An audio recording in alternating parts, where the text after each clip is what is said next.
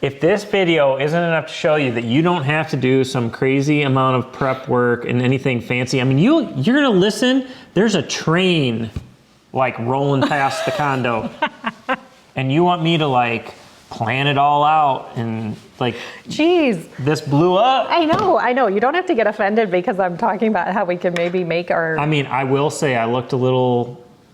Yeah. No, I'm laughing. Look at this. I'm laughing because this no color. Yeah. This is probably one of the worst quality videos, and we went viral. In 2019, we began to build our dream. But the journey started long before you were invited to watch. We walked a path that spanned nearly 2 decades. There were times of joy, pain, and everything in between. Our lives have completely changed, and we're ready to tell you how it happened.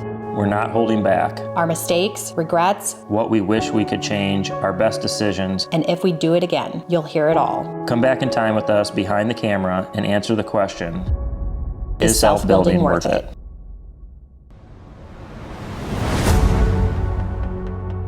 All right, guys, welcome back to Mr. Post Frame. This is the series we're calling Is Self-Building Worth It? And today we're going to be talking about our first cost breakdown video. Yep. Which was a pretty big deal. Kind of launched us. First viral piece of content. Yep. But since then, we've created a full design service, which is back40building.com.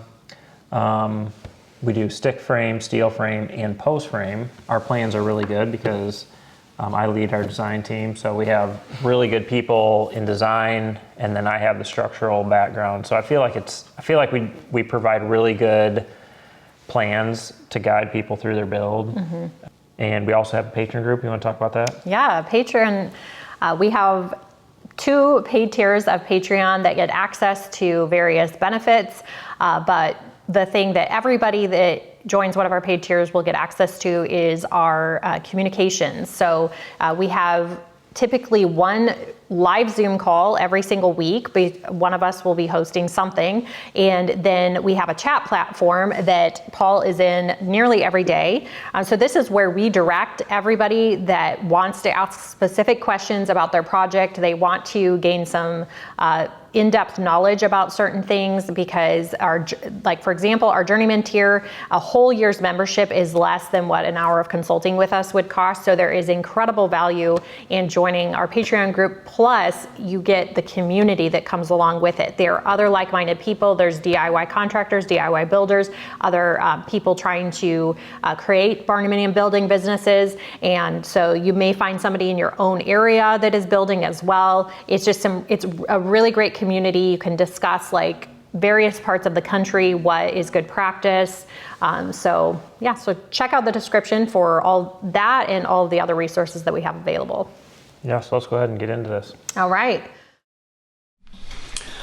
Welcome to Marshall Remodel, Mad County Build Series. If you don't know who I am, my name is Paul Marshall. My wife is Emily. We have 3 kids, and we started Marshall Remodel, I don't know, probably about 9 months ago. Look at that hairdo. You must have talked me into a fade. No. We must have had like something special we were going to. Well, it was right after Lucas's wedding. 340 subs at the beginning of this video. Mm-hmm. Yeah, we posted it on Saturday, and Thanksgiving was that Thursday, next Thursday. Yeah, and this video took off because I'm not going to say we were the OG of cost, but we were one of the first ones to like, hey, we're going to put the cost out there.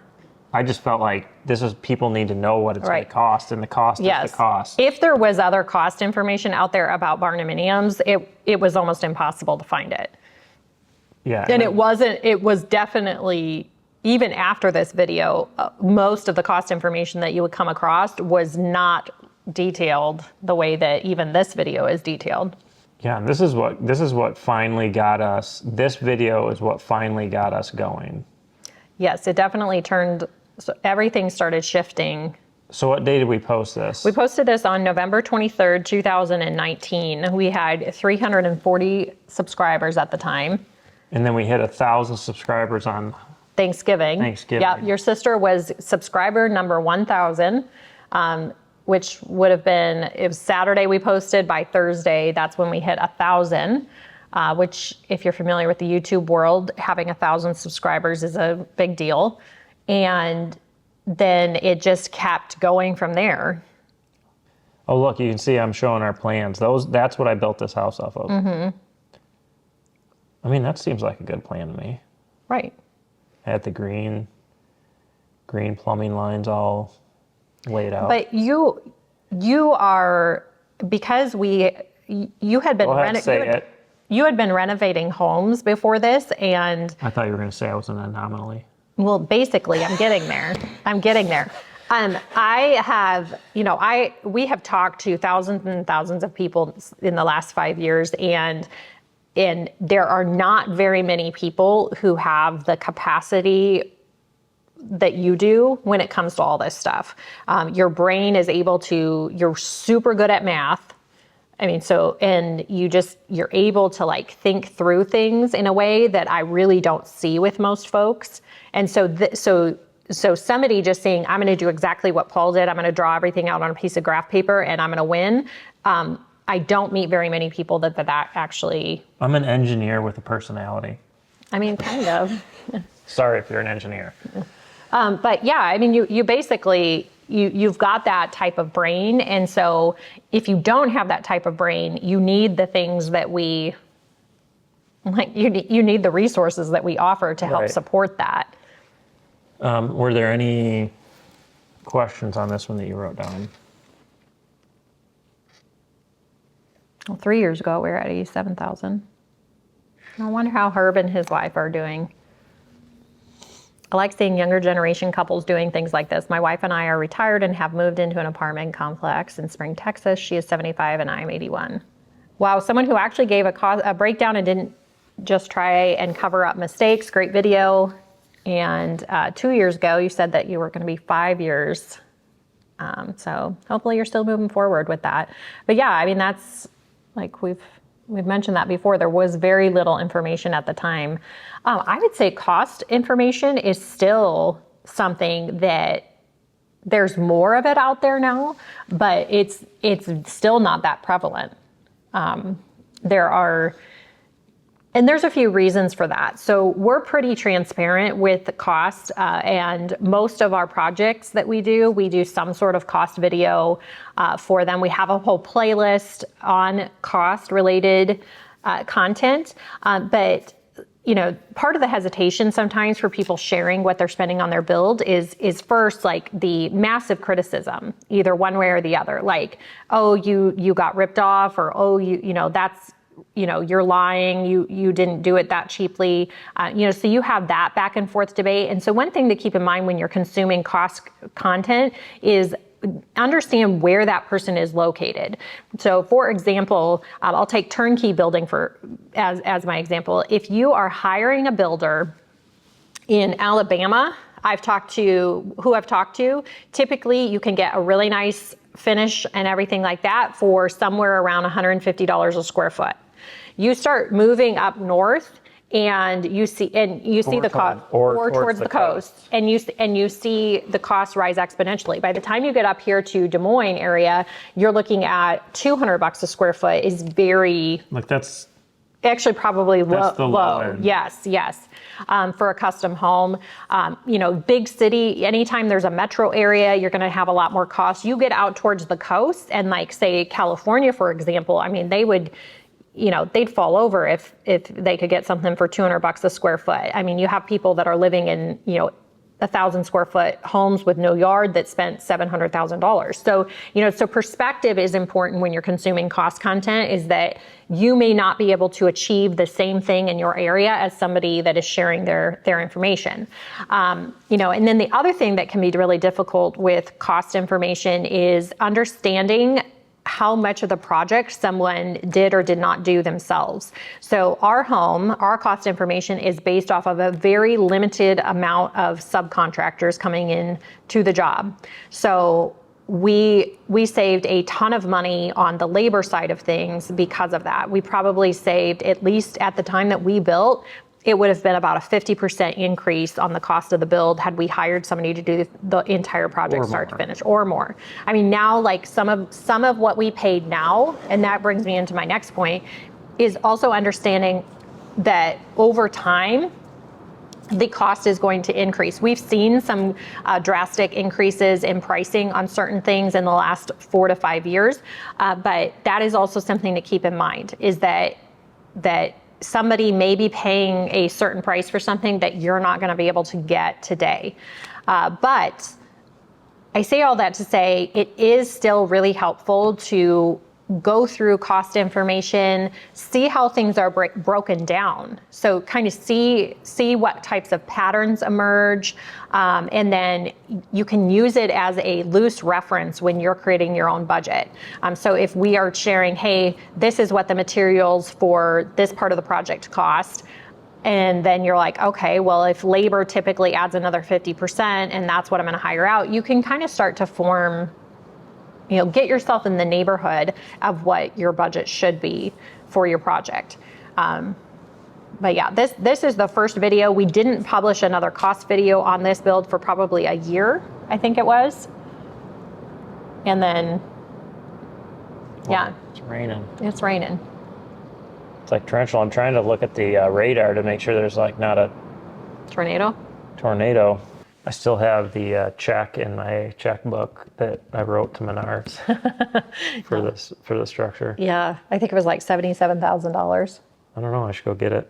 Yeah, it was something like that, and it was for the entire structure, windows, doors, framing, all the exterior framing, trusses, all of that, all the metal. It was the whole kit. And I remember It really wasn't a kit. We kind of pieced it all together. Sure. So I guess you could the essentially package. The package. Yeah, the package was about that. And I remember thinking we had some friends that were doing a custom build around the same time, and they shared some of their cost information with us. And I think that they spent more money on their garage doors and their front door than our whole structure. Yeah, they're Which really I think is again like so important to keep in mind when you're consuming Barndominium cost information, is that it's your responsibility to understand finish level and how that not all things are created equal and they're not priced equally. And so, I think that's where people get tripped up by saying, why is my Barndominium budget, why is somebody telling me it's going to be as much or more than a stick frame home? I had somebody tell me that the other day. Like, well, we ended up doing stick frame because Barndominium was a lot more expensive. Well, when we dug into it, they chopped off their entire shop. Well, that's not like you've quit making apples to apples. It's right. You've quit making an equal comparison. Or somebody will be like, well, this is, I got a quote from a builder and it's cheaper. Well, it doesn't have in-floor heat. It doesn't have spray foam insulation. It doesn't have custom cabinets. If it deviates, then it's not a true comparison. And that is how things are with any type of home building. You have your builder grade, run-of-the-mill products that are going to be lower cost, lower quality, and then you have a huge range, and you have a whole set of luxury products that are quite a bit more expensive. So when you are creating your budget, you need to understand where you fall in that. I had somebody that and quite frankly, she acted like a toddler. She got mad at me because I wouldn't build her house inside a certain budget range, but she had picked out all super high-end finishes. And it's like, well, we just can't, you just can't do a high-end home at a builder grade price just because it's a Barndominium. There's never been anything to support that. It's never been like that. Barndominiums haven't gotten expensive just for the heck of it. It's because people are using different types of finish materials.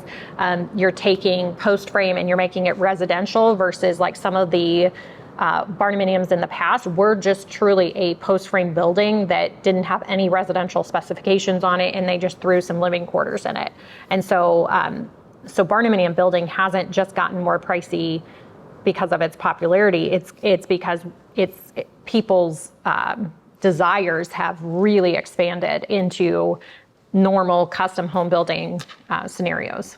Well, and you have to go into building with a realistic budget, and then you have to figure out what is the turnkey price in your area, and use that as your baseline to get plans that you can actually build, instead of just designing whatever your heart feels like designing, and then being shocked that it's twice your budget. Right. Because that's really easy to do, and I feel like we live in a world where society says, well, you should have what you want, and then I've told so many people this, like, you have to decide how bad do you want to build a house, how bad do you want to get out on your property, and then you have to do what you have to do to be able to make that happen. And just because you can't have something that you want doesn't mean it's not going to be a good house. Or, you know what I mean? Right, exactly. And so, if you're in an area and you're just like, I'm not sure what my budget should start at, look at custom homes in your area. Look at stuff that's for sale and figure out what is the price per square foot that these homes are running. And then take that number, multiply it by the square footage of living space that you think that you need for your build, and see what that number is. I've been shocked at the number of people that I will explain that to, and they won't do that math, and then they'll be super surprised at the end when it's out of budget, when it's like all you have to do is that simple math. Multiply your price per square foot by the amount of living space, and then you get at least a starting point. The size of your shop and garage, that is going to have a much lower associated cost with it, but it will add cost. And so you are going to need to account for that depending on the size that you're going with. But you've got to start with how much your living space that you think you're going to have, and buy your normal custom home build price per square foot in your area. Yeah, and if you're watching this, most likely you don't have the money. You're just like Emily and I were at that time. You don't have the money to pay somebody to build you a turnkey. Mm-hmm. So that's why you're watching Is Self-Building Worth It? Because you're probably in the similar situation that we were. Right. And granted, our original plan was a 2,400 square foot house. We still had the money. Like a 2,400 square foot house, we could have built with cash, and we got to drywall, and we had to get a loan to finish. But those are the things that you have to think about. Like, if you're watching this, then most likely you don't have the money to pay somebody. Like, I don't think we would even be able to pay somebody at this point to build this house. Well, I do not think we wouldn't. Right. Yeah. And that's something that you just have to be really honest with yourself about what your options are. And then honest about like what your goals are. In the Barndominium space, there are quite a few people that their goal is to build debt free. And so you're going to have to temper your expectations on what you can do, unless you just have like an exorbitant amount of cash. Most folks now are wanting to get a loan because that does speed the process up. That helps them move forward more quickly and it's very commonplace for people to get mortgages on their homes. All right, so if you guys, like, as we go, we're kind of closing this video out, we have a full cost breakdown from when we completed this. Mm-hmm. We have a walkthrough tour. And I mean, it tells you exactly what we spent on everything. And we ended up, what was our total? Like $57 a square foot? Yeah, if you count the garage square footage. Well, I mean, it is part of the build. Yeah. And it is finished. Granted, that part is going to lower the overall average, but you can get an idea of. But we break it down in the video. So it's not, so we're not just giving you a price per square foot and then leaving you with no details on it. You can go through and you can see how much do we spend on drywall, how much do we spend on plumbing, how much do we spend on the kitchen. You can break all of those elements down. Yeah. So we'll leave those links in the description. That'll give you a really good idea at the the level of our finishes and kind of what we spent. Now, obviously, it would be interesting. I don't know how it would take so much time to do this, how much it would go up per square foot now post COVID versus pre-COVID. Sure. I think probably 15%. I know that I've done a breakdown if you hired somebody to get this project through drywall, and based on how we operated, and it would cost quite a bit more just to get it through drywall than we spent on the entire project. Sure. So, But that's not, are you talking about still self-building? No, that would be if you hired. So that's also, people ask that a lot. Like, well, what if I just have somebody do everything to drywall? You're going to spend quite a bit of money if you do that. But yeah, it would be interesting to break this down today and do, price everything out, do the exact stuff that we did. That would take so much time. It would, but it'd be kind of fun. So head to the description if you want more information about any of the resources we've discussed today. Yeah, and we appreciate you guys watching. I don't know, we're about halfway through the series, I think. You think we're halfway through or no? Oh no, not even close. There's like 170 videos on this thing. I guess not. We got a long ways to go. Yeah. But anyway, we appreciate all of you. If you haven't already, hit the subscribe button, share with your friends, and we will catch you on the next video.